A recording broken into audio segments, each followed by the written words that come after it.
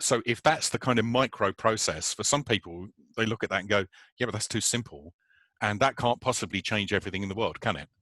To which my response is, yeah, but the trouble is, unless every single human being can do that, then nothing in the system changes, right? If you want the system to change, the system is only billions of human beings. Hi, my name's Michael, and welcome to Today Dreamer, a podcast and YouTube channel that examines the interplay between inner work and outer work. Through conscious conversations and practical walkthroughs, we'll be exploring ideas and practices to help you find a deeper sense of clarity, develop your focus, and take meaningful action. I hope you love the show. Hello, Today Dreamers. Welcome back to the show.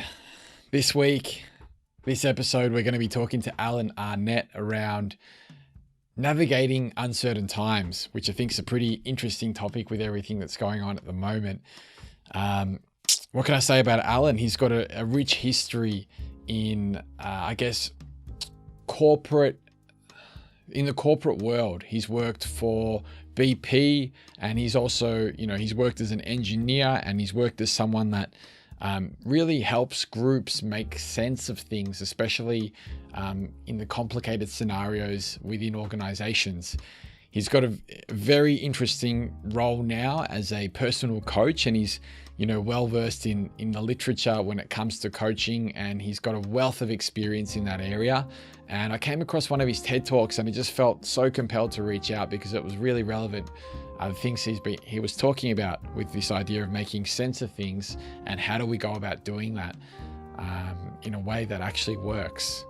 So this is Alan. He's a great guy, and I can't wait to kind of share this conversation with you. Before we get into it though, I'd like to take a deep breath with you, like I do before all the new shows and all the new episodes anyways, as a way to kind of connect together and kind of set the mood, set the vibe before kind of launching into things. So let's take a deep breath together in through the nose and into the lower part of the stomach, into the lower part of the belly. There's a lot even we touch on within this conversation, and it's a common theme throughout the show that, there's a wisdom to the gut that's quite unexplored and underutilized. We can connect to different parts of our being. Our mind is only one of those. The heart is said within ancient Chinese tradition to be the place of decision making, and the gut is the place of transformation and change. And there's a heart intelligence and a gut intelligence just as much as there's a mind intelligence. So connecting to that and connecting to one another through the breath, the essential life force, I think, is an important thing to do with the ones around you. So in through the nose, into the lower parts of the belly, hold an intention for a moment. The intention could be, I really want to get into this episode and get as much out of it as I can. The intention could be, I really want to spend today in a really present way where I'm being aware of what's going on and appreciating every moment. It can be whatever you like, but once you take the deep breath, you hold a moment of intention. We'll do that together, and then just release all the tension, all the bullshit that's going on, and just come back to this place where you already were. This place of stillness, which everyone has within them. So in through the nose, and let's begin.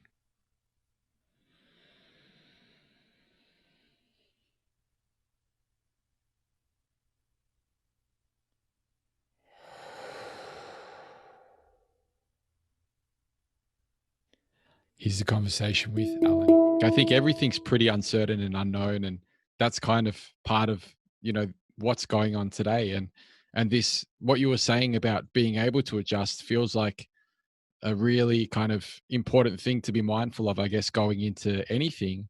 And I'm just like, I'm sorry, but I'm just kind of seeing all these correlations back to the individual level around life and around kind of what people are going through these days. Yeah. So you use the word mindful then, right? And I think that's an absolutely key word, because I quite often talk about a triangle. If there's something that you're trying to deal with, so either it's something you're trying to make sense of, something you're trying to change, whatever the situation is, for most of us, we can't change situations on our own. So we have to do it with and through other people. So you've got the situation you're trying to deal with, the people you're trying to also deal with, who, by the way, see things differently and may or may not argue with you. And then in the middle of that, you've got yourself. And we've got enough stuff that we know about ourselves now that I quite often go back to kind of begin at Daniel Kahneman, Thinking Fast and Slow, and the whole notion that we, the way we make sense of things, we've got two different systems, right? One is our reactive, tense, habitual, emotional system, emotional in the sense of kind of, towards and away risk system that's constantly scanning, and he's looking for things that it recognizes, and then he's trying to bring up proven strategies for how we've always done things. So that's the stuff that makes us feel comfortable. So it's we were talking earlier about habits and routines. Yeah, and we were talking earlier about habits and routines, right? So for the average person that maybe drives or commutes to work every day, getting up at the same time, having breakfast at the same time, all those things make us feel better, right? We've got chemical things inside us that make us feel better. And then when something happens that we have to try and make different sense of, the first thing we try and do is make sense of it according to all those habits and those stories and those ways that we see the world. And the bit that's really hard is the bit to be able to kind of almost step back from ourselves and go, hold on a minute. If I'm going to try, I've tried to make sense of this using those stories and filters, and it isn't making sense, and it's driving me nuts, and whatever else is happening. And the only way out of that is, as you said, through. I kind of get grumpy about the word mindfulness sometimes, only because there's so many people seem to use the word mindfulness as, okay, so Monday to Friday I work like crazy, I'm really stressed, and I have to do all this weird stuff on default mode. And then at the weekend I meditate, and then I'm mindful and I kind of recharge, and then I come back and carry on just as before. And I'm kind of screaming, no, the mindfulness is supposed to be while you're in the middle of the crazy stuff. Is that practicing being able to stop and breathe and notice and go, hold on a minute, I'm being triggered here. I'm not thinking straight. The blood flows in the wrong part of my brain. I'm not seeing things clearly. What I need to do is pause, breathe, use some tools to help me get into a better state. And then probably, because we can't fix it all ourselves, do what most of us don't do and go and get someone else involved and say, together, can we look at this thing from different perspectives? Because the only way we're going to fix it is together. So, back to the thing I said before, if I try and make sense of it on my own, even if I do get mindful and calm down and I make a different sense of it, and I go, oh, okay, that's fine. What we then do is go out and tell everyone else the new sense we've made of it. And back to the thing I said before, everyone else looks at us and goes, you're nuts. What are you talking about? That isn't what you normally say. I don't understand you. And then the whole thing starts again. I said earlier that there were some things that I learned at BP, and in BP, I was the client. We were looking to try and change the way leaders in BP did some of these things. And one of the things we were trying to get people to do was just have better conversations. And one of the key things in the training that we put together with some external suppliers was just the notion of Mickey, the guy that ran the company, had this phrase that was, have your opinion, but hold it lightly. And the first time he said that, I kind of went, sorry, say that again. And he said, have your opinion, but hold it lightly. So it's the idea that whatever sense you make of things, we are sense-making beings. There's a whole discipline and industry on that. And we like things to make sense before we do something. That's how we manage our own risk in things. But he just said, yeah, make sense of it. But then when you go into the conversation, just kind of hold that back. Don't assume it's the right answer or the only answer.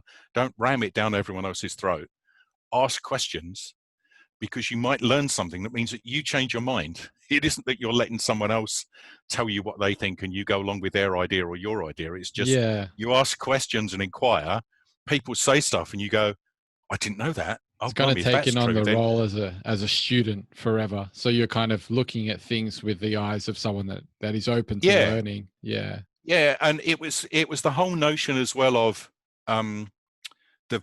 the kind of flip side of that is that if you are trying to engage someone else, the way we typically try and engage other people is to persuade them, right? We take our opinion, and even if we're not beating them over the head with it, we are trying to persuade them that our one is right, and we're desperate for them to like us. That could be an automatic kind of way to approach situations, or when sometimes I feel the ego comes into play. You don't really want to be seen as wrong, or you don't want Yeah, people to but look at you in certain ways.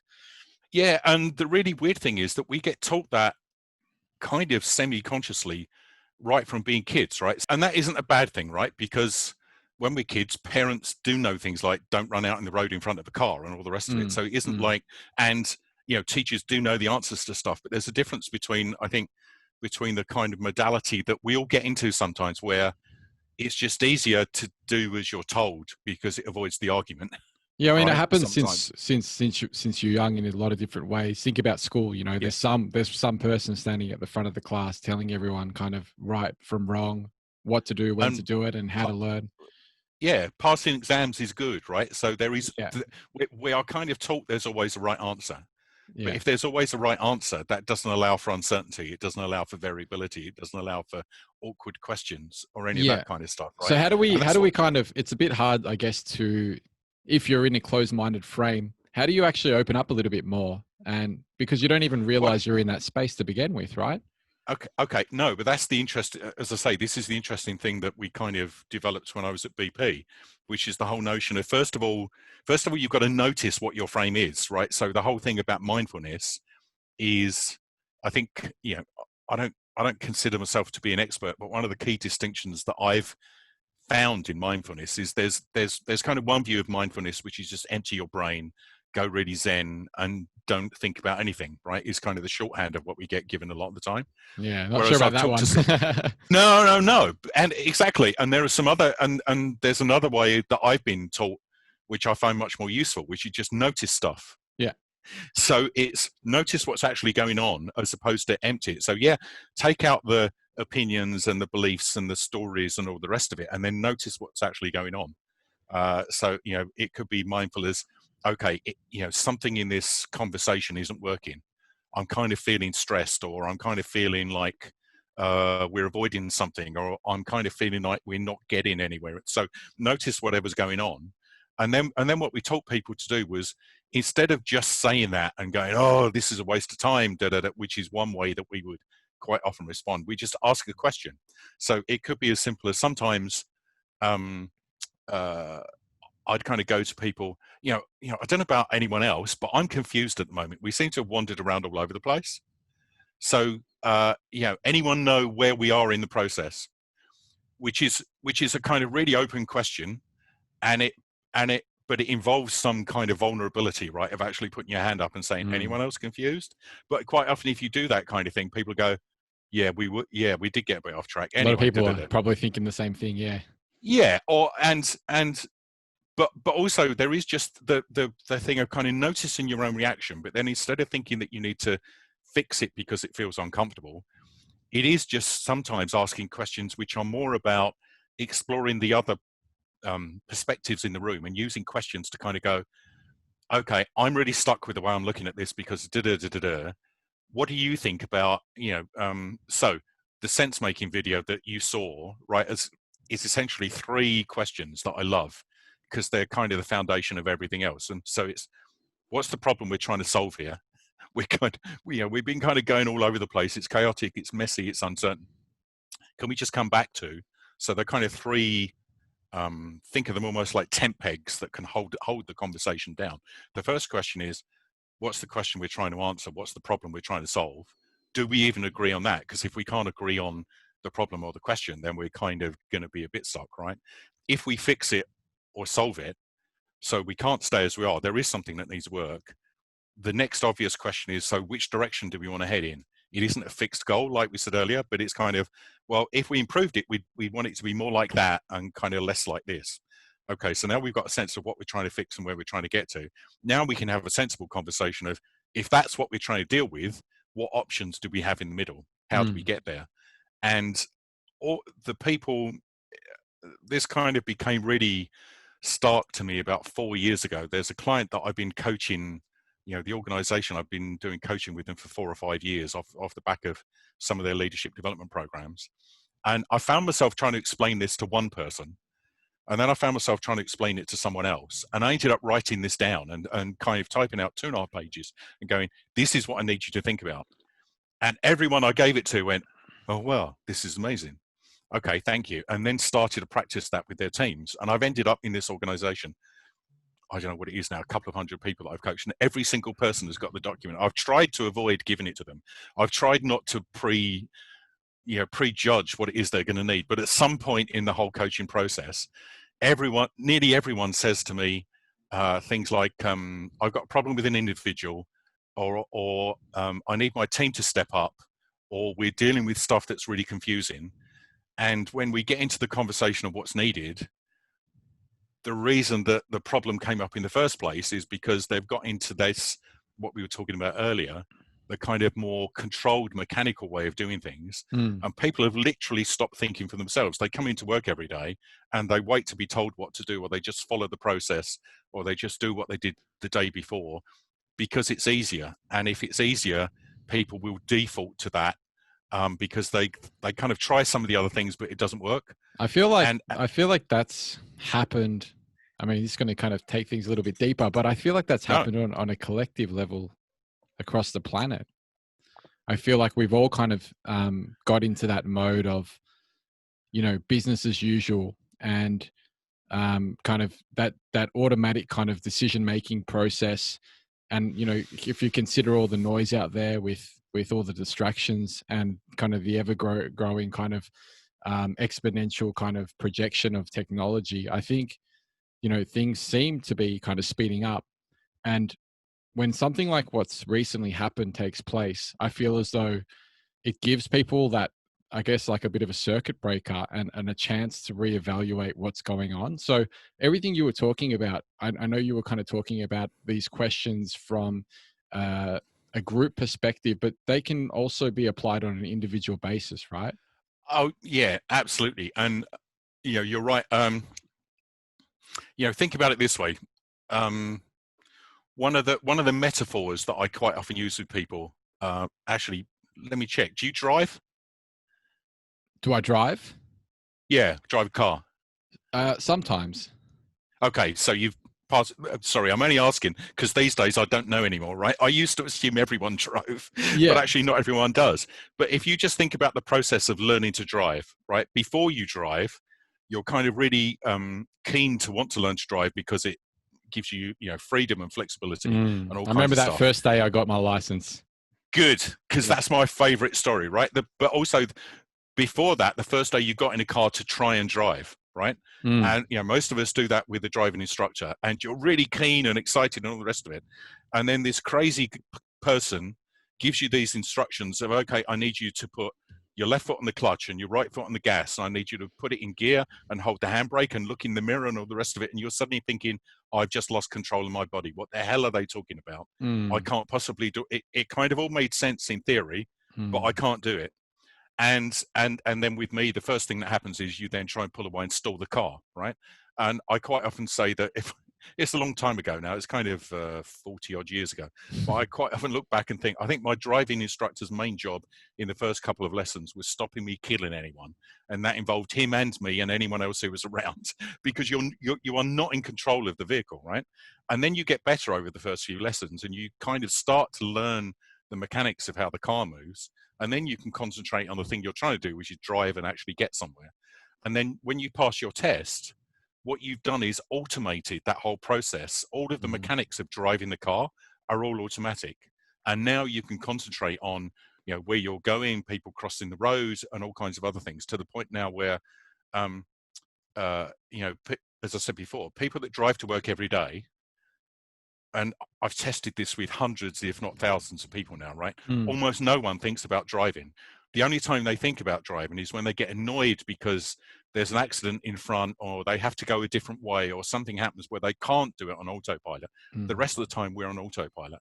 And we need to kind of recognize that that's a good thing. We are built to have an autopilot that lets us automate a vast proportion of what we do. You know what's really interesting about that story, Alan? It's the idea that in the beginning, when you're learning to drive, it's a struggle, and it's a real struggle. And you're probably, you could probably kill yourself in that process. But once you get that freedom, it's the most beautiful, liberating feeling. I remember that day, and I remember feeling like I could go wherever I want. What's, the possibilities open up. And I think what that kind of brings to my mind is this idea of decision making, and this idea of when you've got a really kind of a problem you're really struggling with, and it's Yeah. kind of like a battle between your heart and your mind is kind of telling you one thing, everything that you've learned and experienced up until that point is kind of being Yeah. processed through your mind. But then your heart is kind of sometimes, if you can learn to feel into that, it has a whole wealth of experience that is almost untapped. And usually when we make decisions based on things that are expansive and open up possibilities, like, the way driving does, and kind of overcome those initial hurdles of discomfort, I feel like we can get somewhere beautiful. That's kind of what I'm getting from this analogy. Yeah, absolutely. And there's that whole thing that I don't know if this was the same for you. I was one of those weird people that after I left school, I was always still interested in learning. And that's partly just because of my personality. The other way of saying that is I'm always looking at things and going, that's a dumb way to do it. Why don't we do it differently? And trying to change things. They kind of come together, right? But there is also the thing that we were talking about before about how we get taught a particular way, a particular way of learning in school and uni and that kind of thing, right? But the way we actually learn to do the important stuff, if you like, walk, talk, breathe, drive cars, and do stuff instead of just think about stuff, Hmm. is actually by being able to get into that place where we let go of the control and we just have to work it out. We just have to start doing it and feel uncomfortable. And I think one of the, you were saying earlier about we kind of fall into a particular way of doing things and falling into habits. And that's because we don't like that discomfort. There's a thing that while we're kids, we kind of think it's okay to learn. And then when we get grown-ups, it's kind of, no, I don't have it isn't that we don't have anything to learn, but it's kind of, no, I don't need to get uncomfortable anymore. I don't need to be embarrassed. I don't need to sit next to anyone and, embarrass myself about the fact I can't do something, particularly, um, and this is true of all of us, but I keep going back to the organizational context because it's the one I know best, right? But Mm. particularly senior leaders inside organizations have been promoted because they're good. So you kind of do stuff and you're not quite sure what it is you did that made the difference, but you get promoted. You go, hey, I must be really cool. And you get paid more money and a better car. And then you go up and up and up to the point where one of the hardest things for leaders to do is actually learn because they're kind of working things out at a particular level. But the one thing they must never do is, show fear, show they don't know what to do. Which is why we love leaders who do that, who say things like, "I don't have all the answers. Can we sit down together and try and work this thing out?" We're a bit confused because lots of leaders do tell us they think they have the answers, and then when the answers are rubbish, we sit there and look at them and go, really? That's what, mention no names in current politics, right? But we do that all the time. We kind of look at people and think, you think you're making complete sense, and we all know you're not. Okay, whatever. And the dialogue doesn't happen. So this thing about, we all have our own habits. We all have things we're not paying attention to. And just like you said, this is why even though I talk a lot about the organizational context, what I'm most passionate about is working with individuals because um, the things I've learned, actually, let me put it this way, right? At a really personal level, I kind of struggled with me and my career and a whole load of things for the first 30 years of my life, probably. When I was a kid, I was really shy, the classic introvert, a bit geeky, didn't have many friends. I had a really bad stammer from the age of about 11 through to kind of late 20s, 30s, which was all to do with me and expression and a whole bunch of other stuff. And in all the stuff that I've achieved since, if you like, in the second 30 years, where I always start now when I get stuck is I go back to me and I go, okay, I'm trying to do things. I'm trying to make things happen out there. The stuff I'm trying to make out there isn't happening. So what do? I'm going to go and sit in my office for a day or an hour. Sometimes now it takes 5 minutes. Sometimes it takes 5 days. Sometimes 5 weeks, right? There's no perfect thing to this, but I'm going to go back to what's the thing I'm not doing?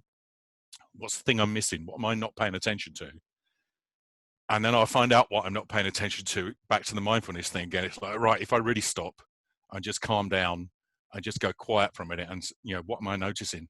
Oh, it's this little voice from the past or from something else, or you're doing that thing again, right? Sometimes it's very personal. Sometimes it's just a habit that I've missed that Mm. I'm doing. It's like in this Mm. situation, you don't need to be doing that. You need to be doing this. You almost need a Okay, pause fine. for that moment to be able to Yeah, get a I glimpse of kind what's of, going on. Yeah, I've got. well, yeah, I'm trying to help people through this kind of initiative or project to, I guess, have a set of practices in their back pocket that they can kind of go to in these times. So a toolkit that they can, go out and do some stuff to press that pause button and get a chance to reflect and get a bit more yeah, clear on what's happening before, re-engaging and taking meaningful action, whatever that may be. And it seems as though sometimes that's a very scary thing, or like you said, because the habits are kind of got so much momentum in one direction, it can be quite a tricky thing to kind of take that apart and do something differently. Do you have any yeah. kind of maybe some tips or some things that you do in those kind of moments, to step away, not only to step away as a practice, but then to kind of move through that uncomfortable kind of section of learning to drive? Yeah. So, okay, good question. And what you don't know about that question is I could be speaking for the next 3 days, right? But to take it to really try and focus down, the first thing I think is just the most important thing above everything else is to notice yourself getting stuck. And what I mean by stuck is when you find yourself getting anxious, angry, frustrated, any of those things where you're kind of wanting to change something outside of you. Sometimes we just hold back and try and avoid because we can sense that we're so frustrated, but we just clamp that down, and that doesn't really help. So there's a whole thing about just self-awareness and noticing when you're in those situations and the kinds of situations that trigger you. And it could be a particular situation, it could be a particular person, it could be a whole bunch of things, right? So some kind of self-awareness and reflection, which not everyone likes. Some people find it really easy, others find it really hard. If you find it hard, I'd actually recommend journaling. I think just kind of holding things in is always the worst thing you can do. And just getting a blank sheet of paper and writing down what you're feeling is a really important thing. Even if you then screw it up and throw it away, there's something really useful and powerful about externalizing it. Yeah, I I mean, mean, you put some words down on paper and then look back at those words, and you don't. Sometimes you're pretty surprised at what you see, even though it came from you. It's a weird thing, isn't it? yeah, there's a. I mean, I'm old enough to remember filofaxes. Do you even know what a filofax is? No, I think that's Was? before my time. Yeah, no, okay. So a filofax was a kind of personal organizer, we called it. It was like a little ring binder Oh that yeah. could keep your calendar and all kinds of things in, right? And a filofax came along with a whole um, slew of services around time management, how to manage your time better. And it all seemed to be about how to get structured and organized and manage everything tightly, and then you'd be happy and wonderful and everything. And it's kind of fallen apart over the years because it doesn't work at that level, right? It doesn't solve your really personal problems. But there are still some of those things out there. And there's a guy, I can't remember his surname, David somebody, who runs a company and some software and other stuff called Getting Things Done. And on the surface, that is all about, it's kind of how to do things like how to manage your inbox and a whole bunch of other stuff. But one of the things that he says that I think is one of the most powerful things that they teach people is every night before you go to bed, write down everything that's in your head. So just empty your head so it's on a piece of paper so you can go to sleep and then not worry about it because you can just pick up the piece of paper the next morning. And there Mm. is something, there's this thing about externalizing stuff really helps. So that's the first thing, is notice what's going on and externalize it. The second thing that I'd really recommend is go for a walk. And the reason for that is because there's a whole discipline in this stuff that we haven't really talked about yet, but it is kind of the body part of the self as well, right? So technically it gets called somatics, but a whole bunch of other things. But if you just think about it, that whenever we get anxious, stressed, frustrated, all those things, our breathing goes, or even excited, right? I'm feeling it now. It's like I'm really passionate about this stuff. And as that happens, my breath goes from my stomach up into my chest and my throat. And I can feel things tensing up and I have to breathe again. I'm kind of calmed down. Now, that happens the whole time. Our bodies tense up, and our bodies are a mirror or a reflection of what's going on up here. And you'd be amazed how often, if you notice yourself getting stressed, and I still really struggle with this, right? I will be trying to sort something out, and I'll sit at my desk for hours trying to think this thing into existence. And then I'll get frustrated and go, oh, I'm going to go make a cup of coffee, or I'm going to go for a walk. And halfway down the stairs, as my body moves and I stop thinking about it, some other part of me just goes, of course you could just do this. Oh, that's what I've been trying to work out for the past 3 hours. That was Yeah. the best that I'd needed. Right now, I've practiced this a lot, so maybe it's easier for me because I'm kind of paying attention to all that I stuff, feel like the whole time, right? that's how ideas work though. Like I've got a background in advertising, like creative, coming Yep. up with creative ideas. Yeah. And if you want to come up with something, it's best to kind of fill your mind with raw data, think about it for a while, and then step away and do something completely Go and do different. something else. And Exactly. I think I don't know, I think it was Bill Gates or someone like that that goes through these regular walks to come up with ideas because your body's Yeah. moving. It allows you to kind of take your mind off the moment. I recently, everything you're saying is really connected with conversations I've been having recently. Had a conversation with Dan Brule, who is the Okay. breath coach of Tony Robbins, and Okay. he was talking about how it's a two-way street with the breath. So Yeah. it's linked to your emotions, but if you control the breath, then you can tap into that kind of, you can consciously choose to kind of step away for a moment. And yeah, and then it's really interesting what you're talking about with journaling. Because I literally just yesterday filmed an episode on different types of journaling and how much it helps. So this is all kind of making sense to me. And it is, Yeah. so the process, what you're saying is, if you can kind of combine these things together, and then obviously follow it up with something, you need to be doing something afterwards, right? Okay. Okay. Yeah. So the first thing is notice what's going on, and you say about breath. If you ask my coachees, what are the 2 words I use with them most often? It will be I'll kind of open up with, so how are you, what's going on, and then when we get into the real issue, it's like full steam. The 2 words are, okay, breathe. And sometimes it will, it's just, okay, yeah, and breathe just means pause, but sometimes it is full blown, okay, we're gonna feel your feet on the floor and ground yourself and clear all that stuff out, right? But yeah, breathe is really important, which seems weird, right? The one thing we don't get taught at school or uni or anything else is breathing, because we just breathe, don't we? No, we kind of, at a mechanical level, we breathe so we stay alive, yeah, but we don't get taught to understand our breath and manage it. So the first thing is notice it and breathe. The second thing is go and do something else, almost always. And even if you're in the middle of a meeting, you'd be amazed how often, I said before about asking questions. Sometimes the things that I've done in a meeting, when a meeting's got really stuck, what I want everyone to do is move. So what I've said is, hold on, everyone. We've been really busy. I need the loo. Can we take a break for 5 minutes? And then everyone goes out, and then we come back and it's a different Just conversation. We haven't refresh the done. vibe in the Yeah, energy. and you, because of the break, some people just go on their phone, right? But some people go, oh, we're not getting anywhere. Can we? Right. And then when you come back, so even if it's just you, first thing is notice and breathe. Second thing is go for a walk, go and do something else. And then when you come back, use the 3 questions that I said before. That architecture is not something that I've invented. I've kind of seen it in a Just number of noticed ways. it. Yeah. Well, the basic structure is the basis of the world's best known coaching model, the GROW model. I don't know if you're aware of that. So, yeah. Not specifically, but I think. Okay. So GROW is just, R is current reality. What's the current reality? Goal is, so what do I want? The current reality is, this isn't working. I'm really grumpy. I'm really fed up. I need, new ideas. Okay. Where are you trying to get to? Well, where I'd love to get to is what options do I have? So that's the O. The W is really important in GROW, because the W is the will or the motivation. So it's kind of one thing at an analytical level to go, well, this is a situation, that's what I'm trying to get to, and those are my options. But the real question is, but what are you actually going to do? Because if you're not willing to do anything, or you're scared of doing something, or you're embarrassed, back to the thing before, right? It doesn't matter how much analysis you do. And you might do the analysis in a way that makes you feel more comfortable, but you might still be avoiding the bigger issue. So the point of the 3 questions, or the GROW model, whichever way you do it, is that you are coaching yourself. You're trying to sit down and have a conversation with yourself about what's actually going on here. What's actually the issue?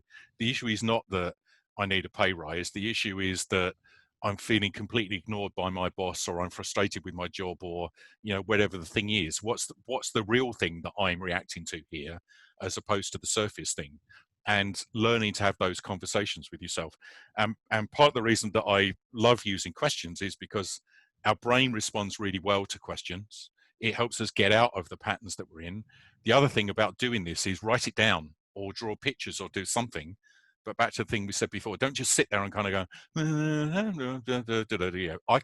I've been practicing it a long time, and people that are good at this can kind of do that. But even I, when I'm stuck, still sit down. I have reams literally of A4 paper on my desk where I scribble the stuff the whole time, and I throw a lot of it away. But I do it to externalize the thought process so I can see what I'm thinking. Yeah. I'm kind of getting to that dialogue. And that structure exists in the Grow model, but it exists in, design thinking, which is a buzzword in the world at the moment, right? It's also the same in most problem solving structures. It's that kind of three bubble structure exists all over the place because it's how we think. It's how if we're going to do something new at a fundamental level, we need to have an excuse not to do the thing we've been doing. So we need the conversation that says, why can't I just stay doing things I did before? That was comfortable. Please don't make me change things. I was quite happy before that. But if I have to convince myself I've got to do something else, I need to convince myself as well that the output, the reward, is going to be worth the effort. So, which is back to the driving thing again, right? So the basic process is notice what's going on, breathe, go and do something else, move, and think about it in a lightly structured way, right? So those three questions give you a structure, but it's so broad, it's a really open structure, so it doesn't constrain you because you're asking yourself questions, so you can come up with any answer that you like. And to kind of take this back to, so if that's the kind of micro process, for some people, they look at that and go, yeah, but that's too simple, and that can't possibly change everything in the world, can it? To which my response is, yeah, but the trouble is, unless every single human being can do that, then nothing in the system changes, right? If you want the system to change, the system is only billions of human beings. And the challenge is teaching every human being to be more mindful, notice when they're getting really, it's like there are loads of people at the moment for whom the only thing they can think to do is yell and scream and protest, which is fine and it's great and they should be allowed to protest. But at some point the question comes, okay, so when we finish protesting, what do we do then? How do it, because the protest in itself doesn't change anything. And if you've seen lots of videos recently, even the protesters know that. They kind of go, this is the only thing I know how to do. To kind of take it back to the personal again, I have this phrase that I use with myself. I'd actually forgotten this. I said, the first step is notice what's going on, and then breathe. The way I kind of help myself with that sometimes is that I notice that I'm angry, frustrated, tired, whatever, and I ask myself a question, and the question is, okay, how long do I want to be angry for?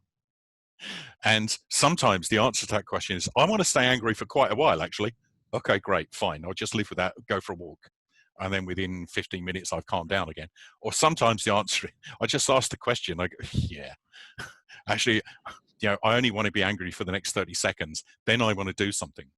It seems to me these questions are really kind of important, not only in your life, but also definitely in these situations. But I guess my question is, how do you ask, because it seems like the questions, like you asking the right questions, sometimes we can be asking the wrong questions because of, we're looking at things from a certain vantage point. How do we take that filter off and step away from that and ask, questions from a different perspective? I think one way would be talking to other people, but obviously framing that conversation contextually in a certain way that allows them to invites them in to speak about the same thing. Do you have any ways that we can, I guess, step away from our own kind of craziness and see things from a different point of view, see things from a different vantage point? Okay. So that we can ask more interesting questions. Yeah. So on the broad principle, you're absolutely right. If things are uncertain, the only way you get through it is by asking questions, not by imposing solutions on it. There are skill sets that you can learn. So kind of longer term, coaching is all about asking questions. In fact, if you look at some of the standards and ethics of most of the coaching organizations, as a coach, you're not allowed to do anything other than ask questions. So if you begin to advise or mentor or get into the content, coaching is supposed to be all about questions. Oh, really? Which is why, which is and it, you know, it not all coaches follow that rule set, because so that's why my, you know, LinkedIn profile says thinking partner and coach, because sometimes I'm coaching, because the point of coaching is the personal bit. It's the helping people understand themselves and understand what's going on inside.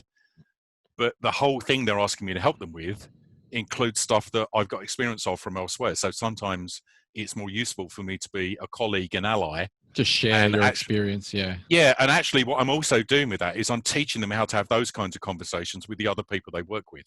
So there's all, and you know, if you think of a sports coach, sometimes a sports coach will just ask questions. Other times a sports coach will yell at their team and tell them what to do and give them instructions, right? So there's that whole balance the whole time. But anyway, so coaching is a skill set that's worth looking at. So if anyone's interested, look for you know, the Grow model or almost any other coaching book. Find some coaching books that have got really good recommendations and have a look at that if you want to kind of develop that part of it. The other ways to think of it, actually design thinking, right? To go back to that again, I think it gets overblown. I think it gets over-engineered a lot of the time, but actually design thinking is just another way of a series of questions. You know, the whole thing about empathy at the front end is, do we understand the person who's going to be the end customer for this, the user, whatever, it's asking lots of questions. It involves Post-its and sticky dots and boards and all kinds of other things, but it's essentially the 3 questions with a whole load of Post-its and some facilitators involved. Actually, the idea of, you know, I would say this, right, but getting someone external in who knows how to place the right question at the right time is really powerful. I saw something on LinkedIn yesterday with some people closer to your age than mine who were saying, we need more facilitators inside rooms helping people, you know, have conversations. It isn't just to do design thinking, but it's kind of noticing what's going on. The other thing, though, where this kind, you know, you've said several times that this organizational stuff comes back to the individual.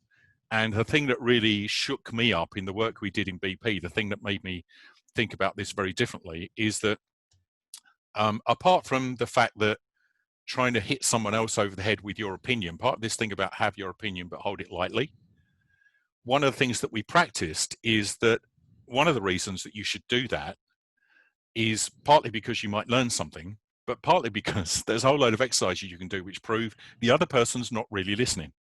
Now, even though we all think we listen really well, right, actually most of the time what's happening is that other people are doing this, and our subconscious is constantly checking for, don't like that bit, don't like that bit, no, that's a waste of time. Oh, that's interesting. Or we're thinking of something to say as well. Thinking of something else, thinking of something to say. There's all this stuff going on.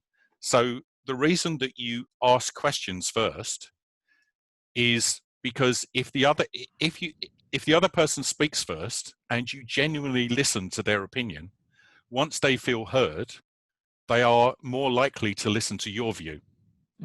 So that then switches around the whole idea of influence from, so hold on a minute, my job is not to persuade the other person.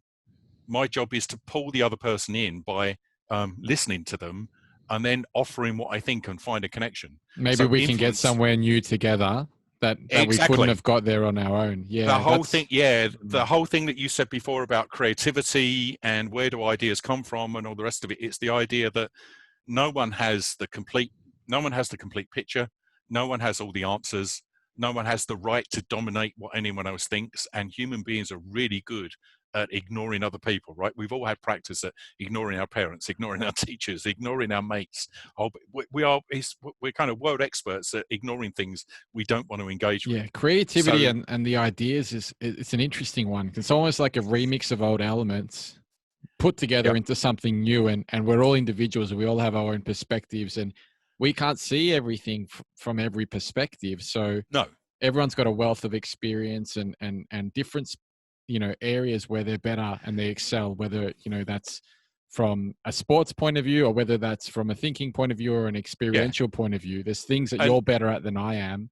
And even if you're, and even if you are trying to persuade person, because it's something that's, you know, desperately important to you, this connects to sales, right? So I've been involved in sales training before as well. And really good salespeople don't walk into someone's office and I nearly always at this point pick up a pen. I don't know what, I could be selling anything, right? But they don't walk into someone's office and go, look at my pen. My pen's really shiny. Buy lots of pens. Like, if the person already wanted pens, they might do that.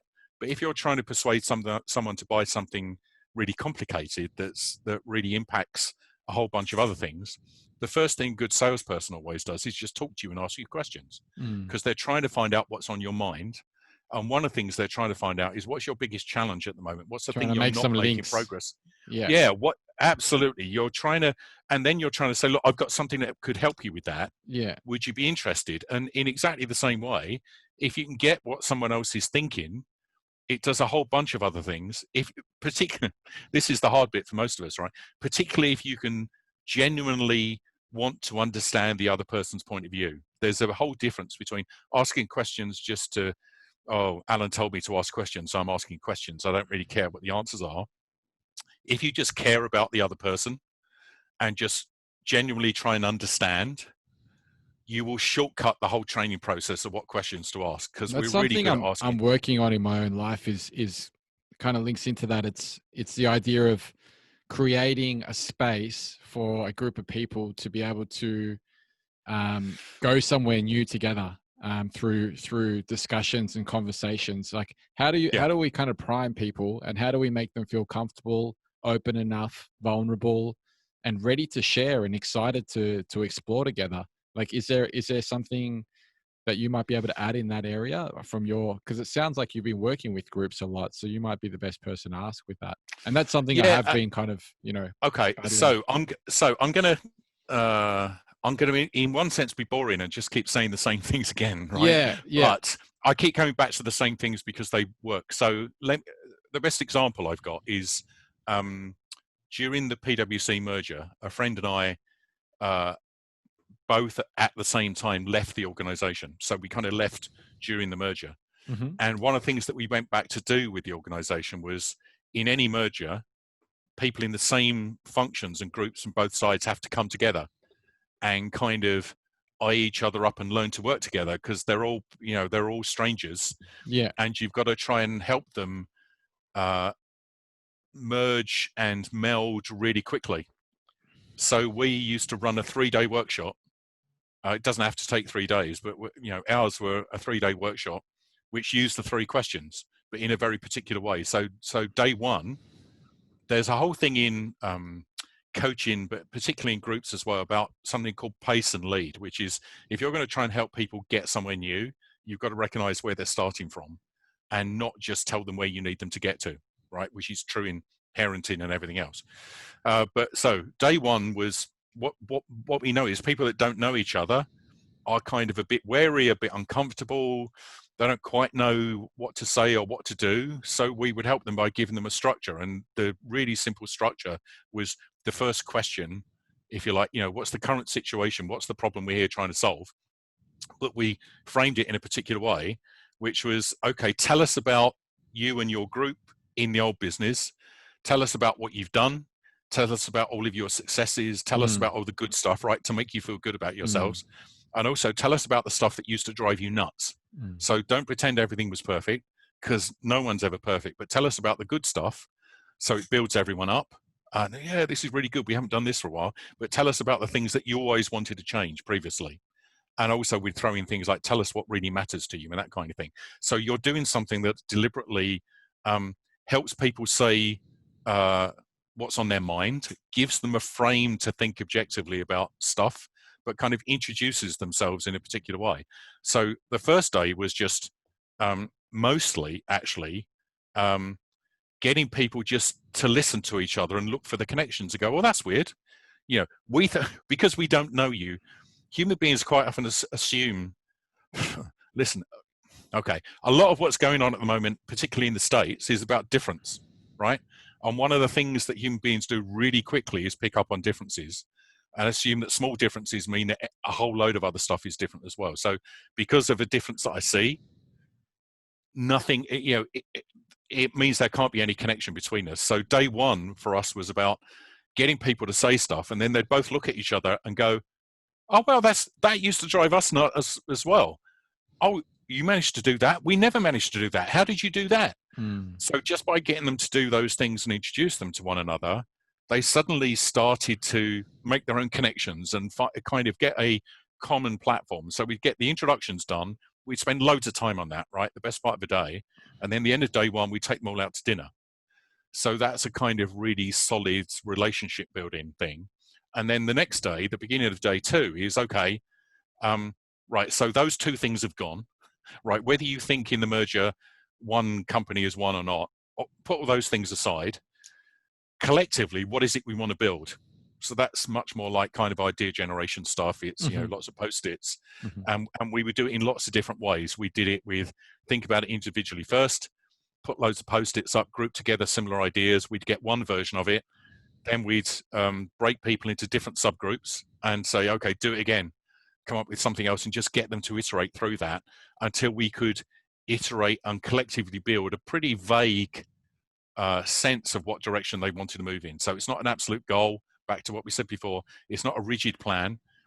But so we'd spend the whole morning of day two doing that. And then in the afternoon, we'd say, start the plan. So, the thing I said before about milestones, we say, don't plan the next 3 years. This is the merger. All kinds of things are going to be changing. But in the afternoon, what are the next two dozen things you need to do to actually begin to make sense of some of this? So some of it would be, there's some very logistical things to do with plugging IT systems together, or pay and rations, or even just deciding where everyone sits. There's some very basic things that we'd need to do, and there'd be some other philosophical things of one of the groups that we merged were the two learning and development teams. So they had to look at their whole curriculums and what training courses they had, and decide which, all of that stuff. And then because people get busy, and busyness often gets in the way of all of this, we told them it was a 3-day workshop, and we carved out 3 days, and we said, okay, morning of the third day, come back and we'll tell you what we do then. We come back on the morning of the third day and they're going, this is really interesting. What do we do now? And we said, over to you. Day 3 is just clearing out the diary to make sure you wouldn't be doing anything else. Yesterday, you put a plan together of how you're going to start working together. Now you've got a whole empty day of actually starting to work together. And that bit's really interesting, right? Because for the first 2 days are kind of hard enough, but day 3 is stepping into the car for the first driving lesson. So they've been doing bits and theoretically thinking about what they're going to do for 2 days. And then day 3, you just put them in the car and say, okay, start driving.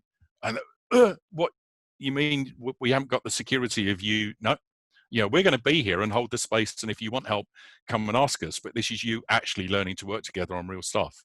And that made such a difference to when we did that. It was the first time we'd ever done that on any group work ever, right? Normally, most offsites and workshops and everything else finish at the plan, and then everyone goes back to work and it all falls apart. But that one thing with the right structure to prepare it made a massive difference. So that's a long explanation, right? But working with groups, the principles are the same. Find ways to help them connect and understand one another in a kind of fairly balanced way. Find ways to help them step out of where they've come from and dream about some other direction that they would like to move in, and then just start. We keep going back to this, but it's a good analogy. At the beginning of learning to drive, you can't predict how many driving lessons it's going to take for you to get your license, right? It took me 3 goes to pass my test, and some people seem to do it after 6 lessons, and some people are learning for 3 years and they never get there. So it's back to that unpredictability again. Set a direction. What we were really doing in those 3 days was building a process for them to learn how to work together. I think So that first step, that first lesson, that first step is kind of a bit where a lot of people get stuck. And I think there's something to be said about just starting to walk and allowing the path to unfold in front of you, because that's what I found within my own life really has made the big difference. And there seems to be like inertia at play sometimes. And the longer you're stagnant, the kind of more likely you are to stay that way. And if you just start moving and start small and like you said, maybe carve the space out for it. And then kind of move in a direction and then figure out what you're doing right, what you're doing wrong from there. That seems to really be the way to go. Yeah, and I kind of seem to be getting into these conversations more and more recently of when everything's really uncertain and everything's chaotic, right? The times at the moment are so chaotic. you need to make some sense of it. So back to some of the questions again, short term, Mm. but you can't possibly make sense of the whole thing because it's too chaotic. So you have to really focus down. You have to work out what actually matters to you. So you can't just intellectually decide the right thing, but you've got to work out what you care about. Mm. And then you've got to wade in and start. And I'm actually, I've had lots of examples recently with, there's one organization, again, without naming names, but there's an organization in the UK that I've been doing lots of work with who were really struggling with trying to become much more flexible and agile and lots of the things we've been talking about, right? And if you just take it at the level of culture change, that can take a long time. But as part of everything that's been going on here with COVID-19, they got involved in a consortium to try and help build ventilators and things, and PPE and all kinds of things they were doing. And it was stuff that they'd never done before, but they had some of the skills required, and they just took a bunch of people who were there was definitely a burning need. Back to the 3 questions, right? There's definitely a real need for this stuff urgently. The outcome was actually fairly clear. We need this stuff that looks like this built, and here's the blueprint. And they got up and running in kind of a couple of months and built thousands of these things that they'd never done before. And they didn't get any particular process or train. What they did was threw away all their previous processes and just had something that really mattered to them. And they made it work in a way that they couldn't do before. And I think that's becoming a really big lesson for me, which is the sooner you can get people practicing the new stuff, the sooner you can get people in the car and trying to drive it, the better. I think that speeding up the process of iterations and finding ways to make sure that I'm going through a similar thing. Like I took like 4 months off in my life, or I guess that sounds weird, but I kind of stopped for a moment. I thought about what really meant anything to me. Like, why am I here? What am I doing with my life? Yeah. And I've started to get things moving, and I'm really looking at kind of, are things going in the way, like I'm still feeling confused at times, still have negative self-talk and all that kind of thing, but I feel like things are moving. It's just, I'm trying to evaluate, where do I change gears? Where do I kind of shift the questions? How do I, well, what are some other options? Is what I'm doing really going to lead to where I want to go? And I feel like this, at some point, like decisive action needs to take place, and hesitation really holds us back in a way. Okay, I'm just pulling something off my screen because I have you heard of the American writer and poet Wendell Berry? No, Wendell Berry. Okay, so I came across this quote that someone posted on Twitter or something the other day, which was, it may be that when we no longer know what to do, we've come to our real work, and that when we no longer know which way to go, we've come to our real journey. The mind that is not baffled is not employed. The impeded stream is the one that sings. And I just went, yes, right, because it's when you're not sure. So what you're describing is uncertainty, right? So after the call, I'm not going to coach you live now on the video, but I'm going to send you some of those questions afterwards, which are just the ones that we talked about, right? It's like, okay, so I took some time off, I started some stuff, I've been doing stuff, but now feels, the other way of looking at what you said is, now's a good time to pause and just ask some questions. So what have I liked? What's been working? What am I really getting some energy from? What's the stuff that I've got questions about? What doesn't seem to be working? What am I not liking? And there is a thing one of the things that gets us stuck is when we find stuff that isn't working, that's a problem, we quite often just describe it as a thing with a statement. So we say, okay, I am stressed. This is not working. And the trouble with the statement is it doesn't take you in. It's like, okay, now I feel really grumpy. And it links you to that kind of thing, kind of in a finite way. Makes you stuck. So there's a whole thing about, if you flip that into a question, and the fastest way to do it is some kind of how-to question. So I'm not earning enough money at the moment. There are times in my life when I've definitely been like that. And actually over the summer, I'm not, because there isn't much going on. So kind of going, I'm not earning much money at the moment is it's true. It isn't very helpful, and it just makes you kind of go, ugh. But if you flip it into, okay, so what's the question then? Sorry? How do I get more money? How do I actually, is that the question? How do I? Yeah, I think questioning the question, what you just did there is interesting. Like saying, how do I get more money? Wait a second. Why do I want money? and Yeah. then you go to that place and maybe even ask why one more level so that you can really Yeah. make sure that you're Yeah. on the. You ask the why questions to get the motivation, right? So my Mm, motivation always comes back to family. It's like, if I ever get mm, stuck in anything, why am I doing this? For Nikki and the kids. It's like, I want to do, there's this whole thing I want to do, but also just some very tactical level questioning of things like, so is it, if I just focus on money, that's kind of a slight distraction, because the question is, so, right, so if I want to build up, if it isn't just about what's happening now, but what might happen, therefore you kind of flip from money into, so how can I do things now that help me lead to an income stream and revenue, downstream? Or so how can I market myself better? How can I network? How can I connect with people in other parts of the world that I don't know yet? So one of the things that I've been doing a lot during lockdown is just connecting with people, mm. because it's a really easy thing to do, and you never quite, well, for me anyway, and you never quite know where it's going to lead. So I'm just trying to add other possibilities into the mix. I can't control what happens, but if I just sat there and didn't do anything, it's unlikely anything would happen. So somehow you have to stir it up, and it's about just kind of getting into motion and trying to nudge things and see what comes back to you. Yeah, I kind of did something similar last night, and that's the reason I replied so quickly to one of your emails. It was actually 2 a.m, and I wrote a question on my whiteboard in my room, and I was there for about an hour and a half, just filled up the whole board with ideas. And once I had that question, it allowed it really. I didn't even think about how this was connected, but it's really interesting that you say that.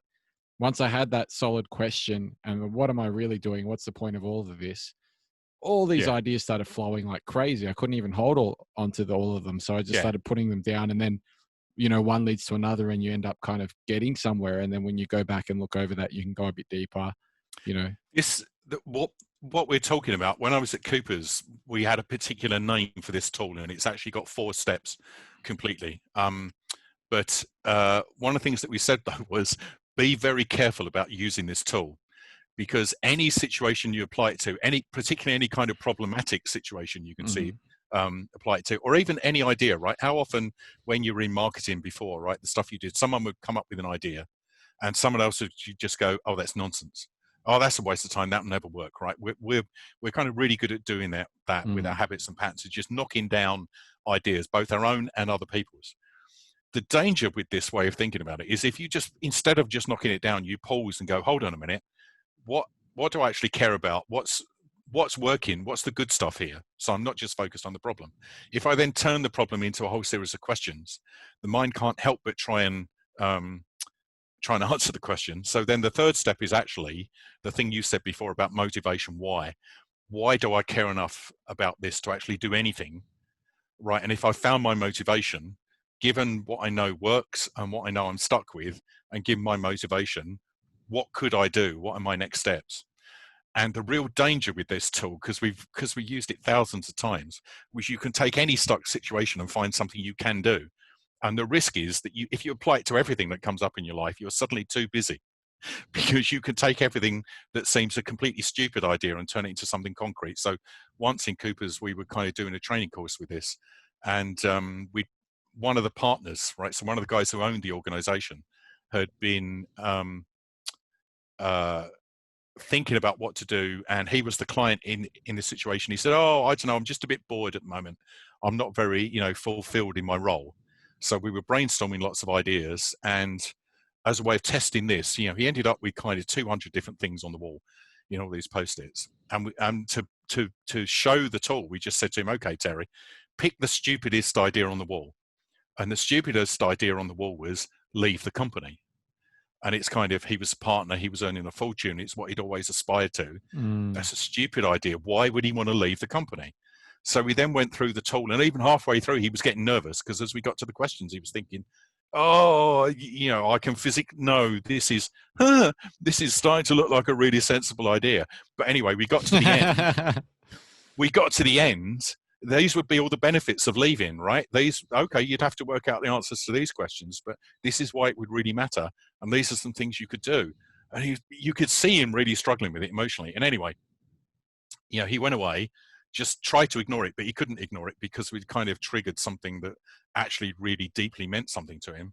And within 6 months, he'd gone part-time.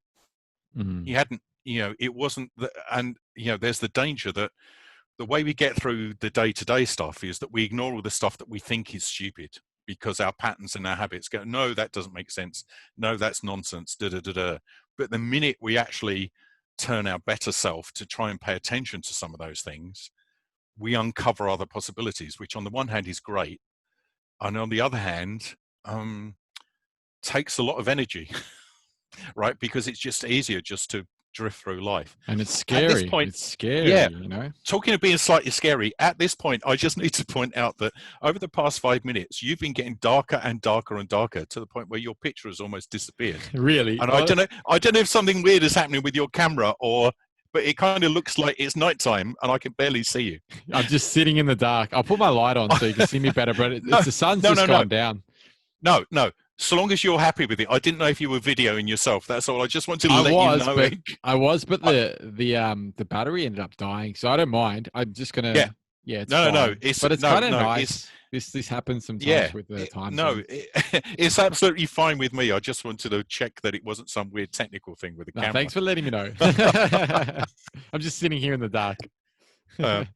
Well, and sitting here in the dark is another way of looking at what we've just been talking about, right? So one of the challenges with all the stuff that we've been talking about is, on the one hand, it doesn't sound too complicated, right? If you practice and get some help and all those other things. But I think one of the challenges with all of this is there was a guy that I was coaching a couple of years back, and the first 2 coaching sessions, it just didn't feel like we were connecting. And there was something really weird, and I couldn't work out what it was. And I was using all my professional coaching questions, and something wasn't happening. And about halfway through the 3rd session, he just completely out of the blue suddenly said to me, "What do you think of me, Alan?" And without thinking about it, because that's the way I find the best questions come out, I just said, "I don't know. I'm still waiting for you to turn up. I can't get any sense of who you are." And he kind of stopped, and we then got into a whole other dialogue. And it turned out that this guy had been playing the role of a senior manager at this organization for so long. He'd been playing the part. He came into work every day and kind of put on the work persona and just played that persona. And we kind of reset the whole coaching process, because he kind of needed that to wake up to the fact that there was a different way of paying attention to himself. But he needed some help to work that through, so he could then work out how he wanted to reappear in the organization, right? Did he just want to be the person in the role with his job title, and it was a really successful part of the business, he was doing a good job, he was most likely going to get promoted, but he got he's kind of on the train, and the train was taking him somewhere, but he lost track of who he was and the things he cared about. And I think that's what makes this whole process both desperately important, because I'm, from my own personal background, I can I often ask the question of myself, why am I doing this work? And the answer I've learned to why I'm doing this work is just because of my experience of growing up, being a bit weird, being a bit different, not feeling like I fitted in, and trying to learn how to express myself and be myself and still connect with people and still get stuff done. As opposed to, so often I think we concentrate so hard on one or the other, right? So we either concentrate on self at some level and become the rebel and fight and do all kinds of things just to prove how different we are, or we try and fit in, and we find a niche and we conform to it, and they seem like two opposites. And that it's that thing of, but why shouldn't organizations, life, and the world be a place where we can grow ourselves and still connect with people who are very different from us and still get stuff done? Right? It doesn't have to be one or the other, but we're always playing with those 3 things. And it's, that's kind of how I've ended up.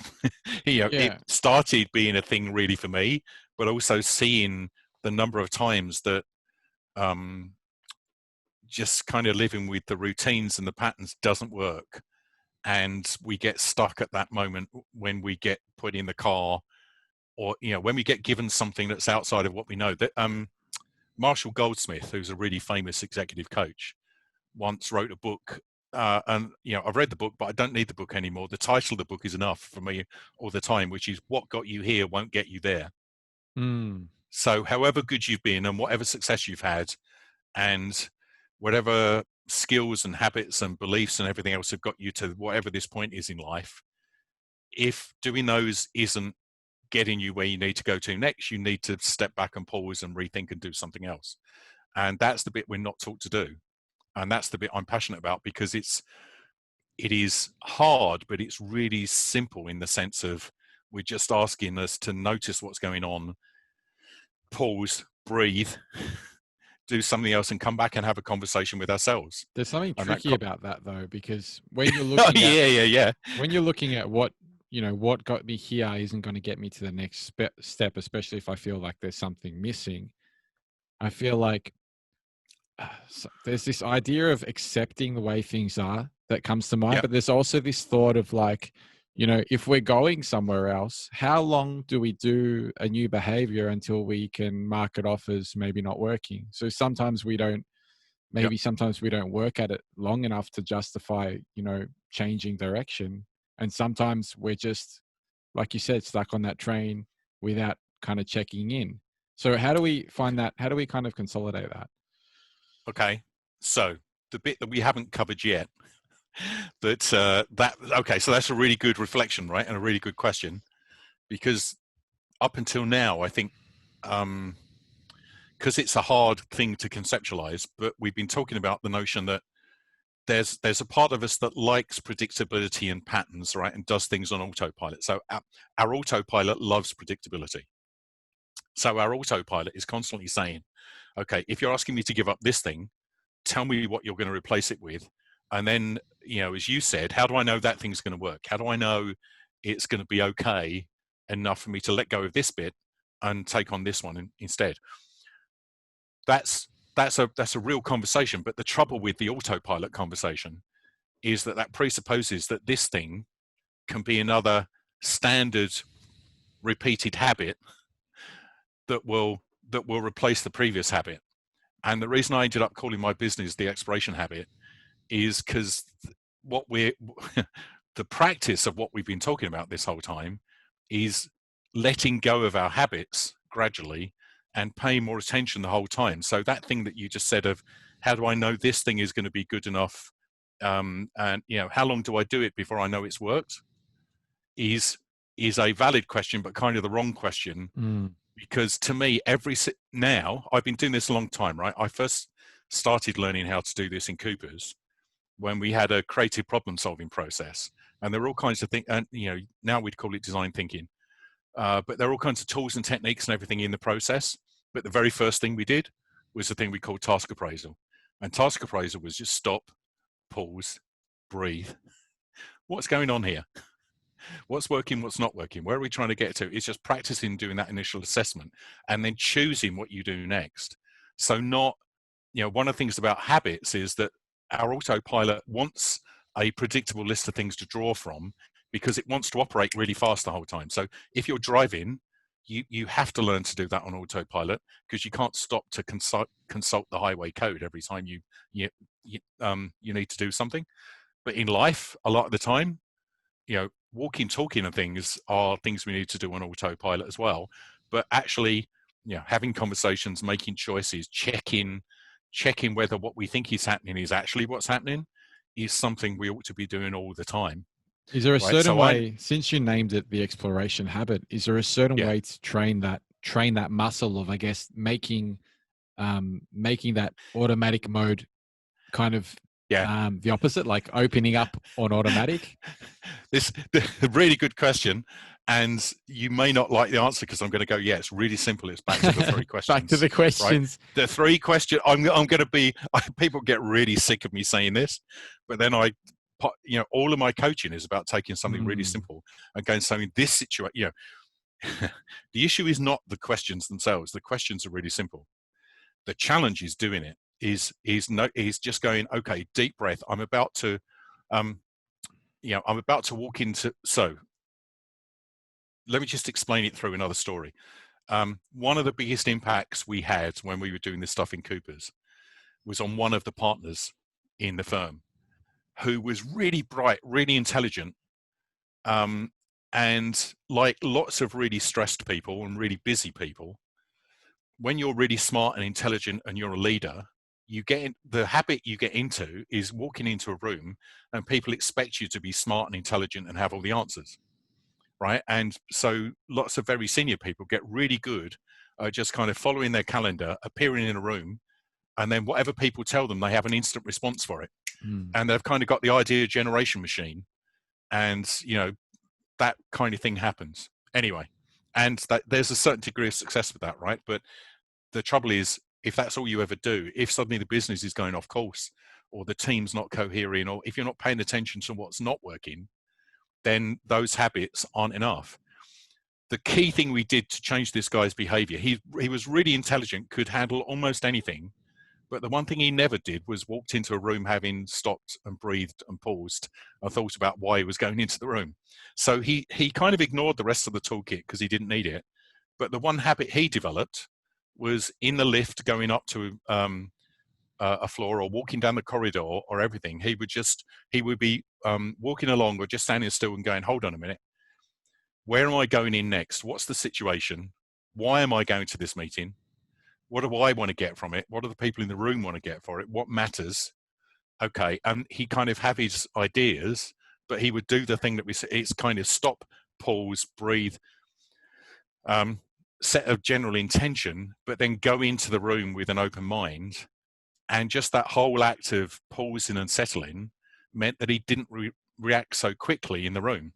And then in the room, so you've got to settle yourself down. The thing you said earlier, right, whenever it was, an hour ago, about mindfulness, and this is what I mean about mindfulness in the moment.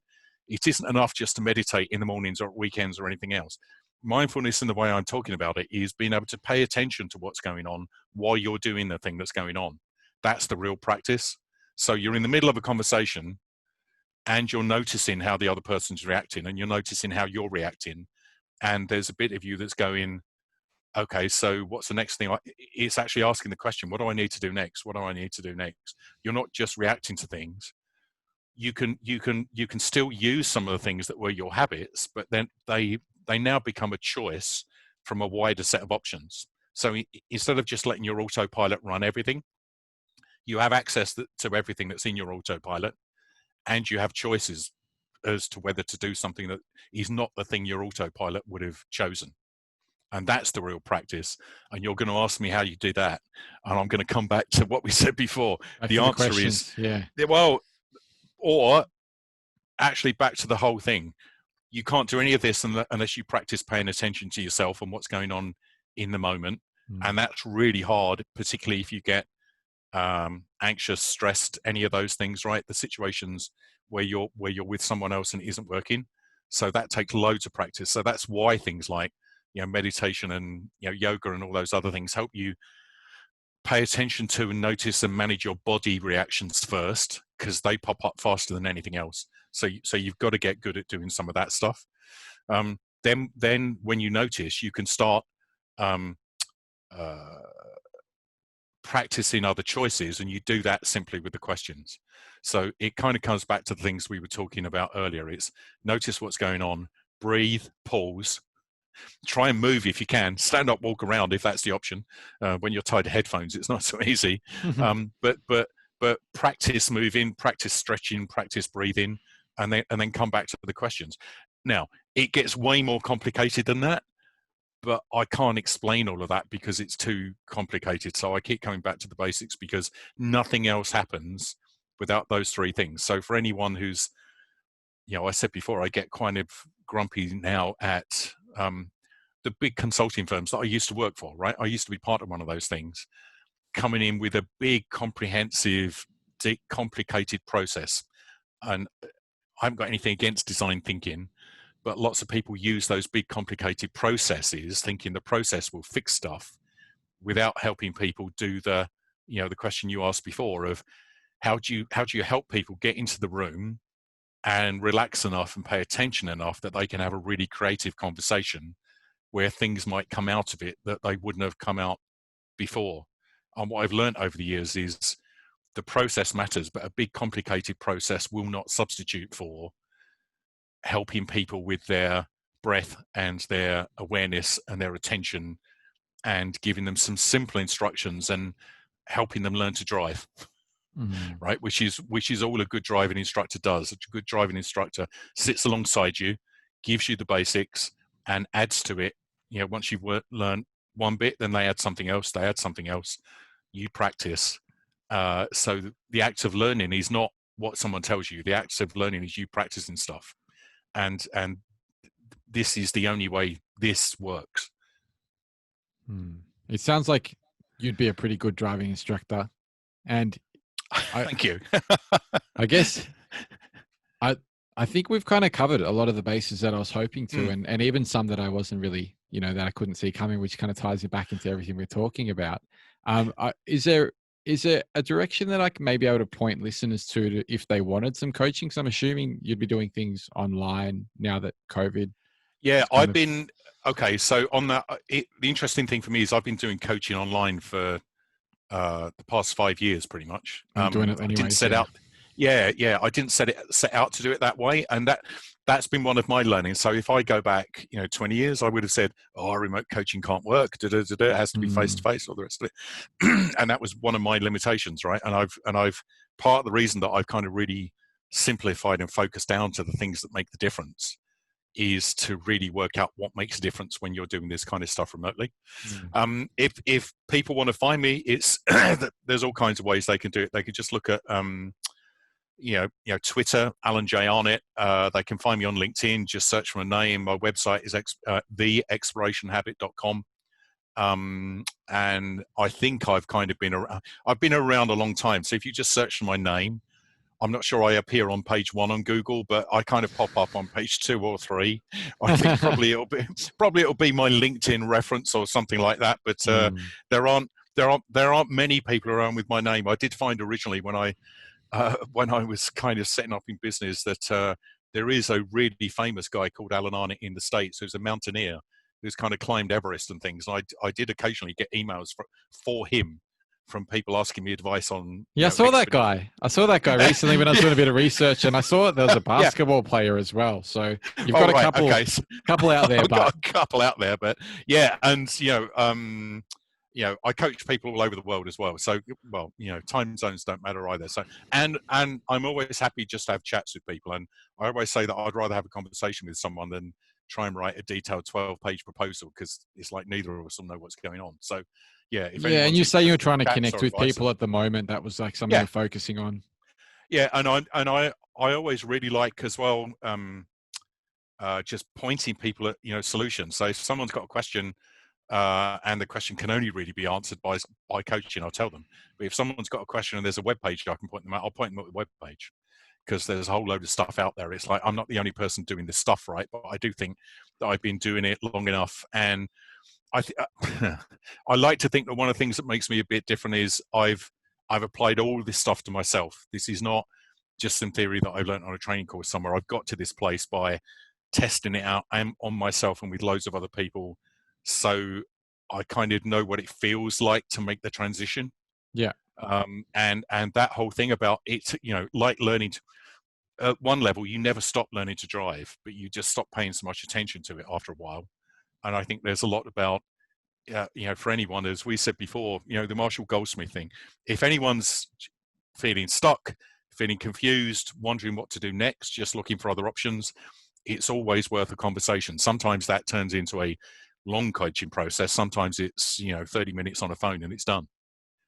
Yeah, I guess something for me that was kind of holding me back around the idea of coaching was that I'm trying to help people through to get to certain things. I guess maybe not so much on their own, but I'm trying to give them some tools to be able to do that. And I felt as though if I was going to ask for help, which is something I'm learning to do more and more only recently in the last couple of months, but I think I used to feel like it was kind of like an easy way out, if that makes sense. Yeah.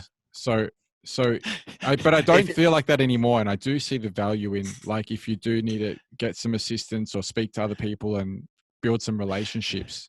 If it's any help, I on any of the psychometric scales, I'm a raving introvert.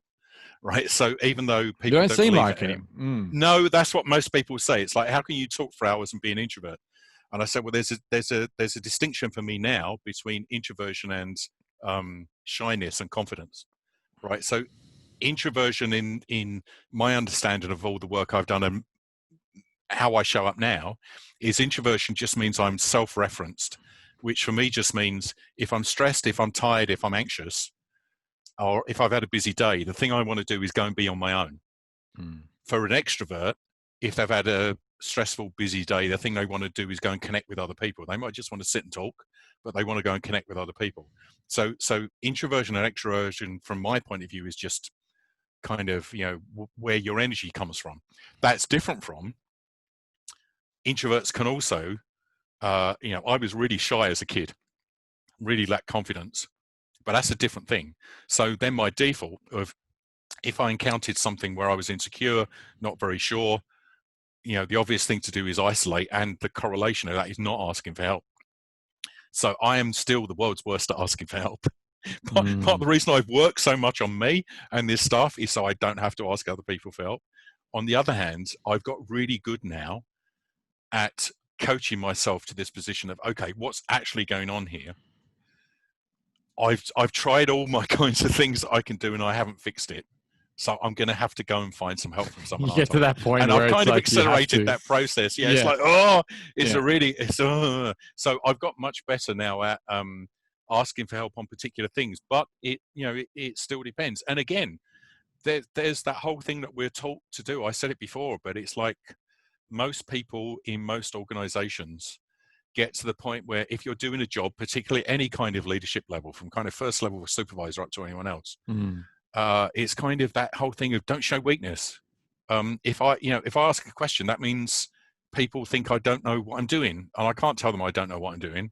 When in fact, as a coach, everyone I talk to doesn't know what they're doing to a degree. So right, the minute they start to talk to me, they tell me all the things they're worried about, their anxieties. That there's even a name for it, right? Imposter syndrome, which is the mindset we all get when we get stuck and we don't know what to do next, and we somehow feel guilty or ashamed or embarrassed at getting stuck, which is kind of that's almost the heart of all of this for me. If I've learned anything else, it's like, but it's called being human.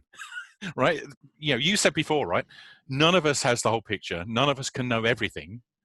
I don't know how to dance the pas de deux from Swan Lake, but then I've got no particular interest in learning that, so I don't get embarrassed at not knowing it.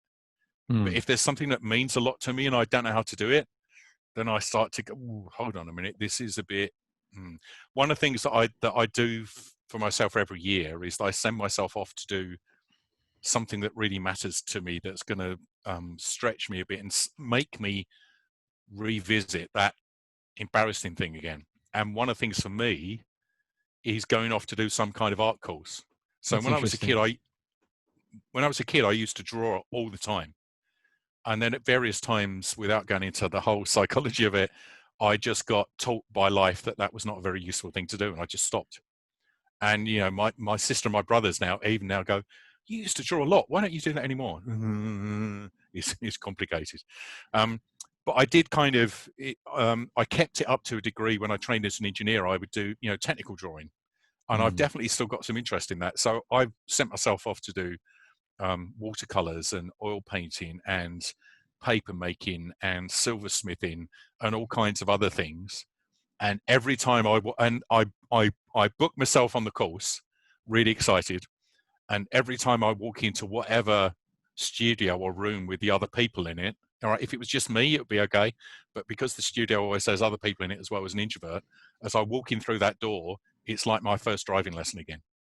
Well, that's probably a good thing. Yeah, no, absolutely. And I do it because indication that it's good, Yeah, sorry, I'm kind of looking around here because I'm thinking I haven't got anything, but I've kind of really enjoyed it and produced all kinds of really interesting stuff. And I still have the question of why don't I do more of it? And it's kind of that's my journey, right? My ongoing journey is to do more of that stuff and learn what it takes.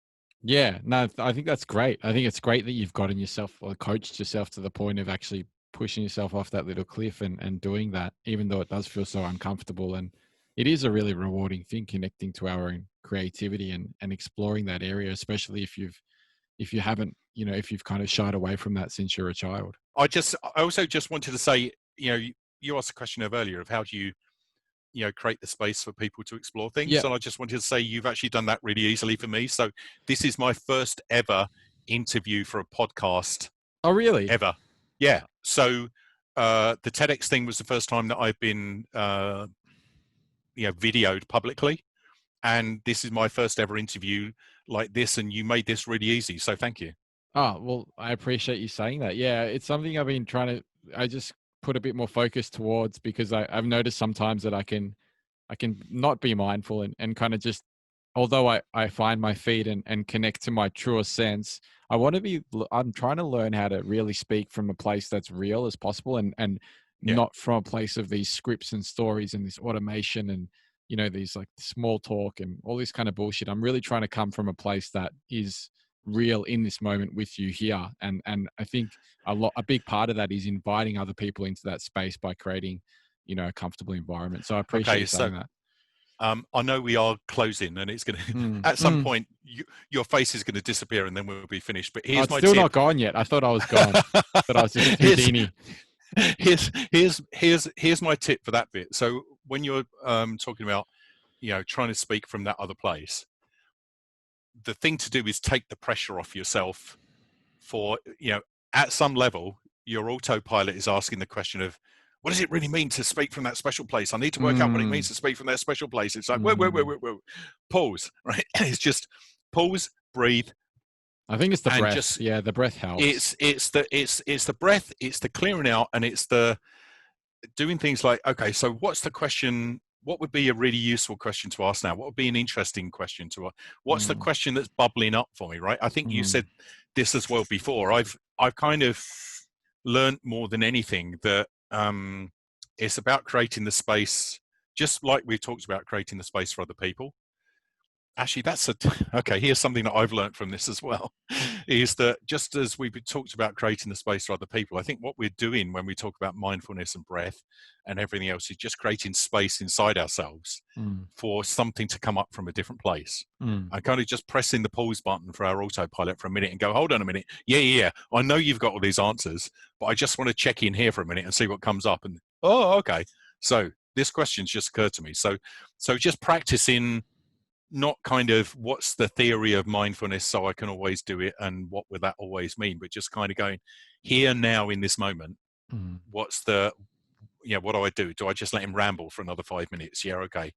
I can always edit it later. Do I? Oh, okay. Here's a question. So now it Mm, feels like I want to ask a question, and I think it's that feeling our way into a conversation as much as thinking our way into it mm. is another way of describing what we've both been talking about. Yeah, yeah. Yeah. It's just. I guess I've got one more question I really wanted to ask you while I've Okay. got you here, and Yeah. feel free to kind of answer it in whichever way you like. And it comes back to a personal thing that I feel like you might have an interesting take on. I'm. Okay. I guess I'm. I guess this feeling of not knowing kind of what that clear picture of the outcome is Yeah. and readjusting and making a plan and going towards that direction, but the plan's never the most solid because that direction isn't the clearest, and then Yeah. readjusting again, it's like it feels a little bit too much at times. Have you have Okay. any experience with that at all? Like for Uh, example, you've got an idea of what you want, but you're not quite sure if that's really what you want, but you've got a feeling that that's the right thing to be doing, but then there could be okay. another way to get there. This is going to take about 10 minutes, I think. Is that okay? Oh, if you've got the time, sure, but if Yeah. you Yeah. yeah. No. That's fine. Okay. So what I'm going to do is, is ask you to pause and breathe, right?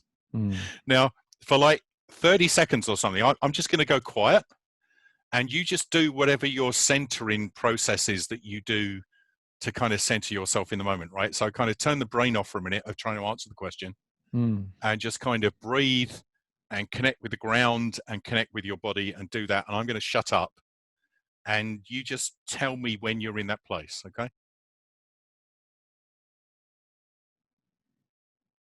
I'm there. Sorry, I'm only laughing because I did a whole course on um, mindful coaching recently, where they give you all these scripts, and I Mm, bypass all the scripts, and I just say to people, do whatever you normally do, mm. because everyone's got a way, right? Okay, so now you're there, just kind of breathe in and out a few times through your body and just feel the energy in your body. And without thinking about the question itself, just ask yourself, where in your body is that question? Now, that's a really odd question for me to ask you, right? But if I had to say, the part of you that's asking this question about trying to clarify direction and plans, the part that gets anxious and stressed, where is that question? So don't try and answer it, but just try and locate it in your body. Yeah, I feel like it's in my chest. I know Okay. it probably should be coming from my mind, but I feel like it's in my No. chest. Yeah. Okay, cool. So how do you know it's in your chest? What's the sensation you get in your chest that lets you know it's there? It's almost as if I've had a shot of coffee and I've just kind of, Okay. yeah, it's just the heart's beating a bit quicker and the chest is a bit it's expanded and I can feel the energy there. Okay.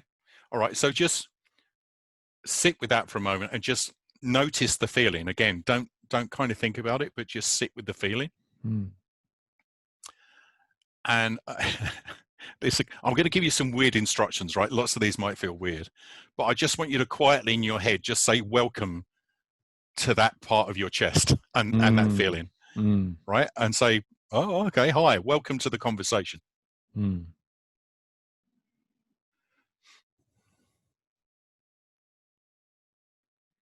So don't try and tell it anything. Don't try and do anything with it. Just say welcome to the conversation. Mm-hmm. Okay.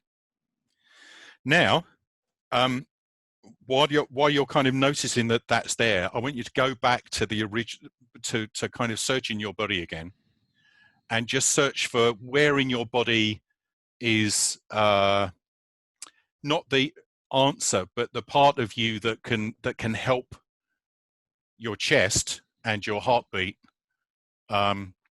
sort this out and move forward. So I feel like if it's you in my like. stomach. Yeah. Oh, okay. Okay, so how do you know it's in your stomach? Because it feels it. I guess my chest feels a bit tense, but the stomach feels relaxed and feels like he knows what's going on. Okay, so just welcome your stomach to the conversation as well then.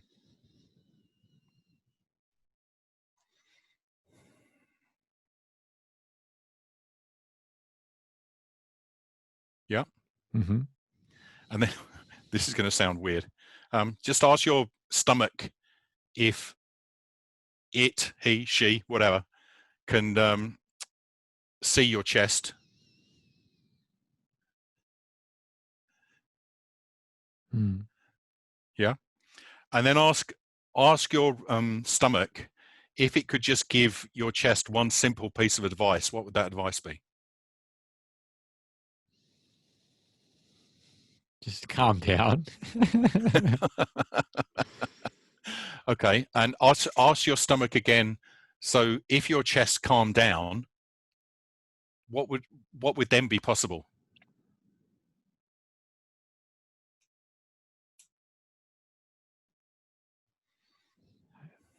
to feel into it. Okay. So now go back to your chest and ask your chest. First of all, can it see your stomach? Does it know it's there? Mm-hmm. Yeah. And secondly, ask your chest just to listen to the advice, to relax and feel its way into things. Mm-hmm. And then ask your chest, what's different now? Now it's got that advice from your stomach. What's your chest feeling like now? Yeah, it's definitely calmer. It definitely feels less tense, I guess, less and more relaxed. Yeah. I can Okay, feel so that. if Yeah. it's more relaxed, what can your chest, and you were talking about your heartbeat, now that your heartbeat's more relaxed and your chest is more relaxed, what does your chest feel like would be a good next step? What does it feel like? What difference what do you mean? Oh, okay, so if it had to, that's good, by the way. The fact that your words were a bit garbled then, again, there, what? Mm. is a sense that your body's making sense of this, right? So if we just link together the things that you've just come up with yourself, which is the chest and the heart was kind of tense, and your stomach knows that it could relax, so the chest can begin to relax. And we were talking about the chest saying feeling its way into things rather than thinking its way into things. So if you ask your chest and your heart what it feels would be the good next step for you to try and make progress on this thing that you've been, struggling with, what does your heart and your chest feel would be the next thing for you to do?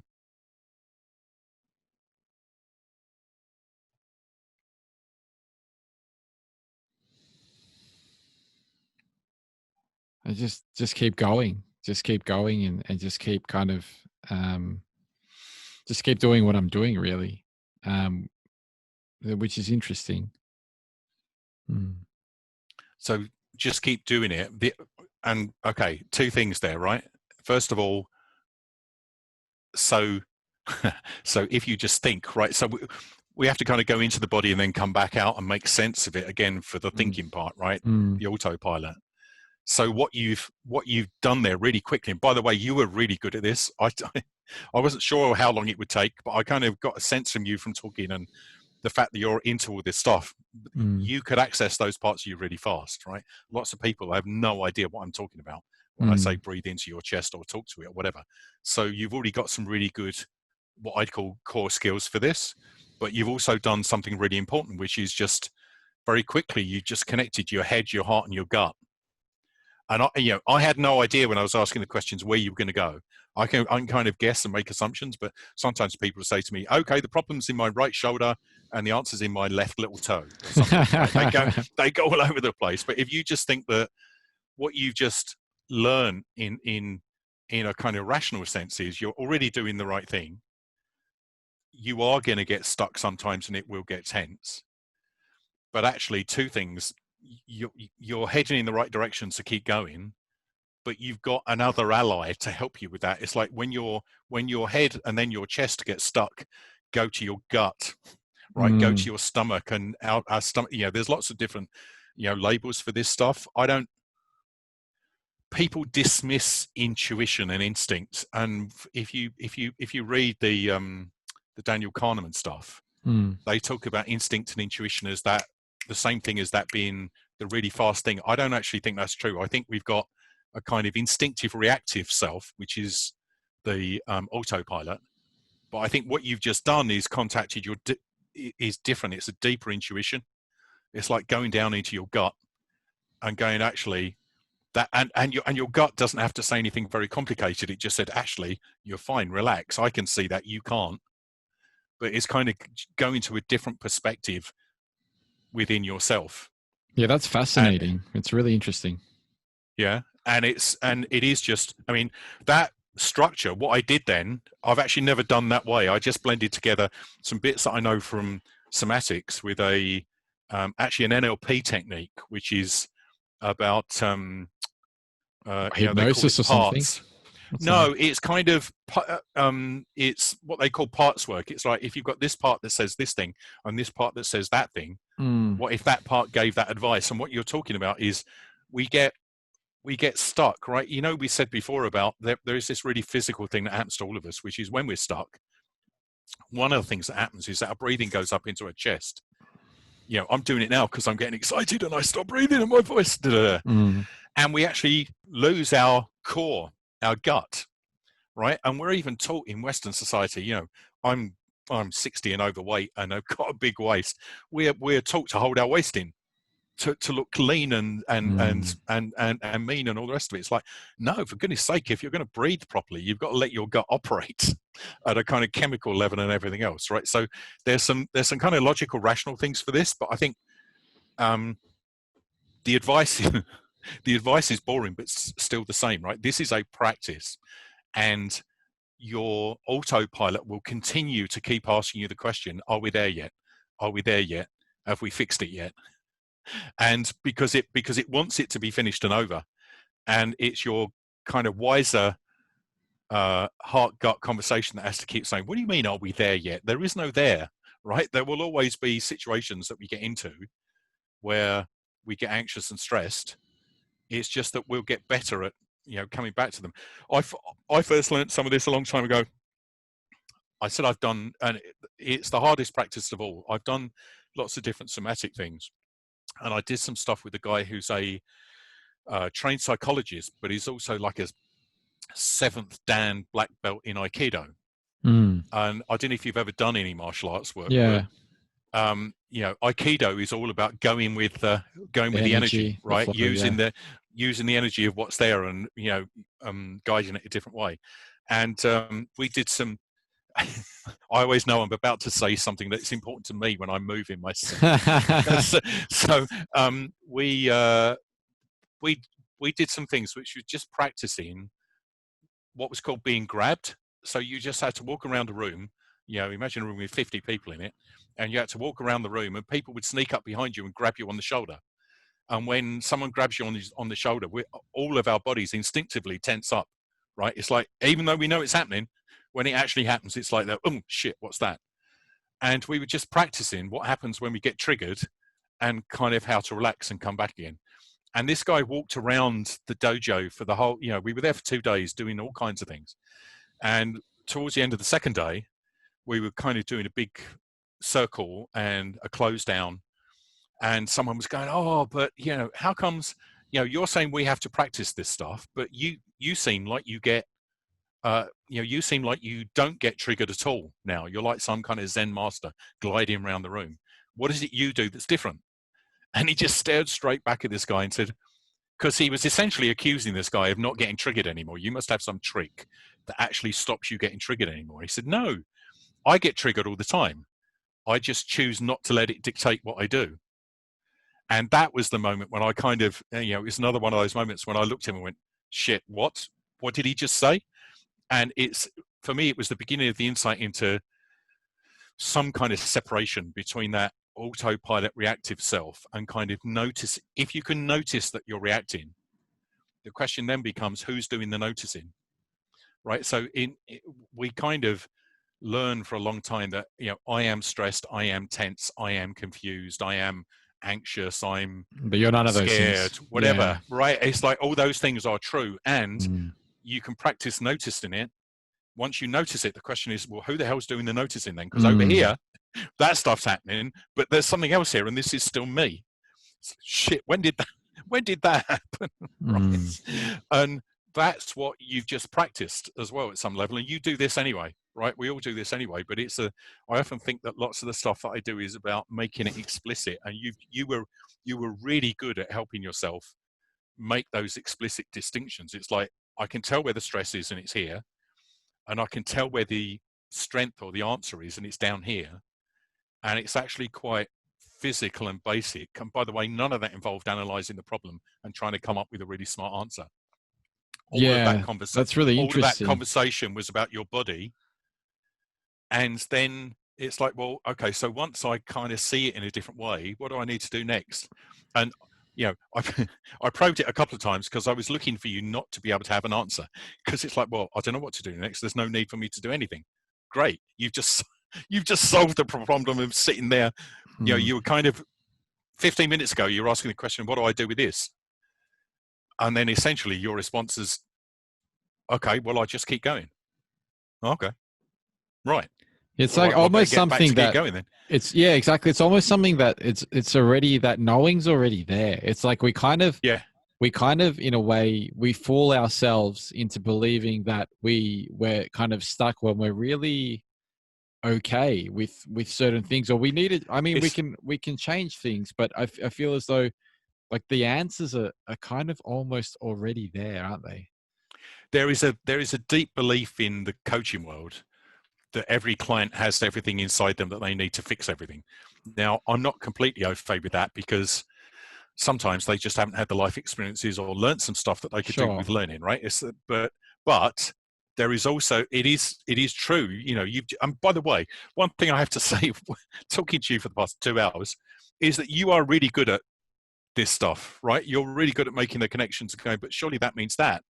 And all the time I'm sitting there going, yeah, Yeah. It's like, discovering these things. And, particularly it's a bit different because you're in Australia, right? But if I do that generalization between the West and the East, Yeah, right? So yeah, lots of, Eastern disciplines and practices have got some of this stuff nailed down, right? And in the West, we still predominantly prefer the mode of operation that all happens up here.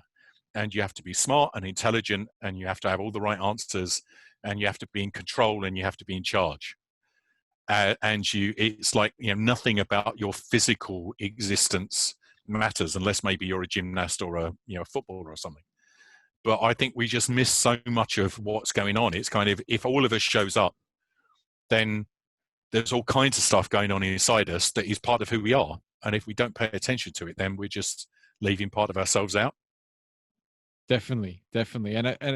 Yeah, it's almost as if we're walking around like, and we hardly know what's going on most of the time. And I think that's true. yeah, and we you know, just, but we like to think we know. We like to think that we've got things sorted, and it's just kind of, I guess, this kind of a game that we play. I'll leave you with this thought. Okay, so you used the word earlier, hypnosis, when I mentioned NLP, and there are connections between the things, right? But the other word for Do you know hypnosis why is I mentioned trance. that? I mentioned that because Yeah. my first ever self-help book or whatever was Yeah. one I read when I was younger on how to pick up women, and there was a section in it about NLP and like Yeah. hypnotizing women on dates or something, and and it was super strange, but that kind of came to my mind, and I remember thinking like, this is weird. Do people actually do this? Okay, all right, let me just, I keep saying we're going to finish and then we come on to something else, right? 5 minutes quickly. So NLP, neuro-linguistic program, came from originally some people who were being trained as therapists in the States, Mm. who were being taught by people who were then the best therapists around. So there was a guy called Milton Erickson, who used to use hypnosis. There was a woman called Virginia Satir, who was a family therapist. And they'd got really good at doing stuff, but they didn't really know why they were good. They just kind of worked stuff out and they did stuff and it worked. Mm. And there were some students of theirs who were watching what they were doing, and they were kind of thinking, oh, this is all too slow. We can't be bothered to learn to do this stuff the slow way by practice over years. We want a shortcut. And they started asking the question of, what is it they do that makes the difference? Out of all the things, if they watch Milton Erickson with a client doing therapy with them for half an hour or an hour, they would ask the question of, in that hour, out of all of the things you did, which were the things that actually made the difference? And How do we Milton cut the Erickson would fat kind of, out? Yeah. yeah, and Milton Erickson would go, I don't know, I just do all of it and it works, because he was reacting to what was going on. But they were keen, and they go, right, the kind of core NLP question is, what's the difference that makes the difference? And they then experimented with all kinds of things, and they called that process modeling. And they would kind of go, oh, okay, so if you say that in this kind of way, that seems to lead to this, and if you do that, and they came up with all these patterns. So the basis of NLP is actually just paying attention to yourself, right? If you turn it into hypnotizing yourself rather than and not hypnosis, but paying attention to yourself rather than anyone else, it's the question of, what am I doing that makes a difference and is useful, and what am I doing that's not making a difference and isn't useful, right? Back to what we've been talking about the whole time. And that process is called modeling, and you kind of look at the model and you do less of the bits that don't work and more of the bits that do work. Oh, that's But interesting. the key distinction for me is that you choose which bits you do, and you stay paying attention to it. You don't hypnotize yourself into another trance. Now, the problem with NLP is a whole load of people who wanted shortcuts don't learn NLP to do the modeling process. They learn NLP for the models. There's a whole load of shortcut models, which are hypnotize people into doing things you want. So some of the training I did, one of the really well-known trainers in the world turned up, and halfway through day 2 of his program, he said, by now you would have seen all my books and CDs at the back of the room. Now, by now in NLP is what's called an embedded command. By, B-U-Y. Now, if you're not paying attention, then by now it's just a thing of, well, by now you would have noticed it. But in NLP, it's an embedded command. Buy my books now. And he said this thing in front of a room full of people who were training in NLP, and everyone in the room looked at him and went, fuck off. It's just, really? You're trying embedded commands on us?